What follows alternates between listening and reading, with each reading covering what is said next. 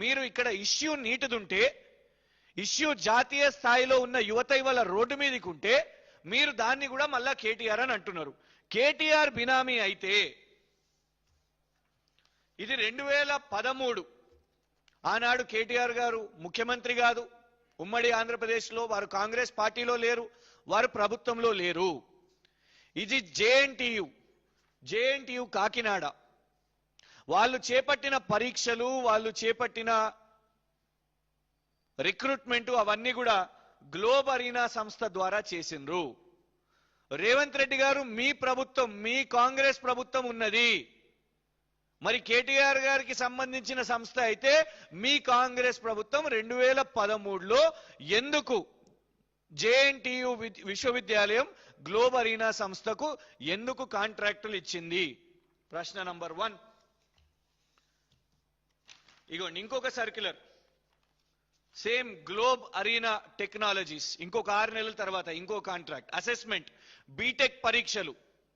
అప్పటికి కూడా తెలంగాణ ఏర్పడలేదు, ఉమ్మడి ఆంధ్రప్రదేశే, కాంగ్రెస్ ప్రభుత్వమే గ్లోబ్ అరీనా టెక్నాలజీస్ అసెస్మెంట్ చేస్తుంది బీటెక్ పరీక్షలని. మరి కేటీఆర్ గారి సంస్థ అయితే ఉమ్మడి ఆంధ్రప్రదేశ్ కాంగ్రెస్ ప్రభుత్వం ఎట్లిచ్చింది? దీనికంటే ఇంకొంచెం ముందుకెళ్దాం.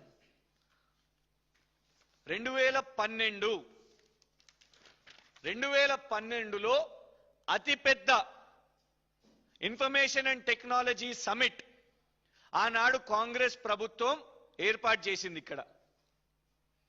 ఇదిగోండి కిరణ్ కుమార్ రెడ్డి గారు ముఖ్యమంత్రి, ఇది ఆ యొక్క వేదిక ఫోటో. ఇది ఈ కార్యక్రమానికి ముఖ్య అతిథిగా ఆనాడు కాంగ్రెస్ ముఖ్యమంత్రి కిరణ్ కుమార్ రెడ్డి గారు పాల్గొన్నారు. ఈనాడు చీఫ్ సెక్రటరీగా ఉన్న సంజయ్ జాజు గారు, ఆ రోజు ఐటీ విభాగానికి సెక్రటరీ, వారు కూడా ఇక్కడ ఉన్నారు. ఈ కార్యక్రమంలో స్పాన్సర్ గ్లోబ్ అరీనా.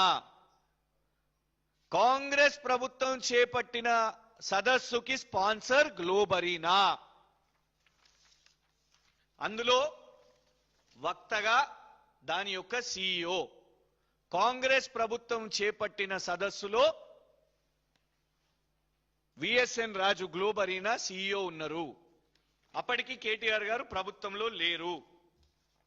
ఇవ్వండి మిగతా అధికారులతోని అదే సదస్సులో సుమారు 13 నిమిషాలు మాట్లాడారు.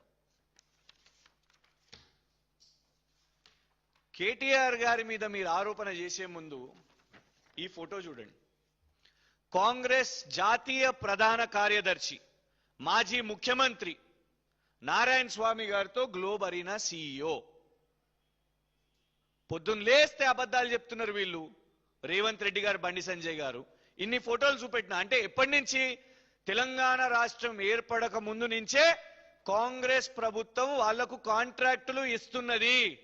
కాంగ్రెస్ ప్రభుత్వానికి సంబంధాలు ఉన్నాయి. ఈ గ్లోబ్ అరీనా ఇప్పుడు కోయం ఎడ్యుటెక్. ఇది సరిపోక ఇగోండి అవార్డు ఇచ్చారు. అవార్డు ఇచ్చింది కేటీఆర్ గారు కాదు, అనురాగ్ ఠాకూర్ గారు, BJP Bharatiya Janata party MP, మాజీ కేంద్ర మంత్రి, ప్రీవియస్ క్యాబినెట్ లో అవార్డు ఇచ్చారు గ్లోబ్ అరీనా సంస్థ CEOకు. మరి వీళ్ళందరినీ కూడా ప్రశ్నించండి. కాంగ్రెస్ నాయకులను, కిరణ్ కుమార్ రెడ్డి గారిని, ఈ అనురాగ్ ఠాకూర్ గారిని, వీళ్ళందరినీ ప్రశ్నించండి. ఇవాళ కూడా రేవంత్ రెడ్డి గారి ప్రభుత్వంలో కూడా Kaloji Narayanarao University of Health Sciences website ని నడిపిస్తున్నది ఈ యొక్క గ్లోబ్ అరీనా, పేరు మార్చుకొని కోయం ఎడ్యుటెక్.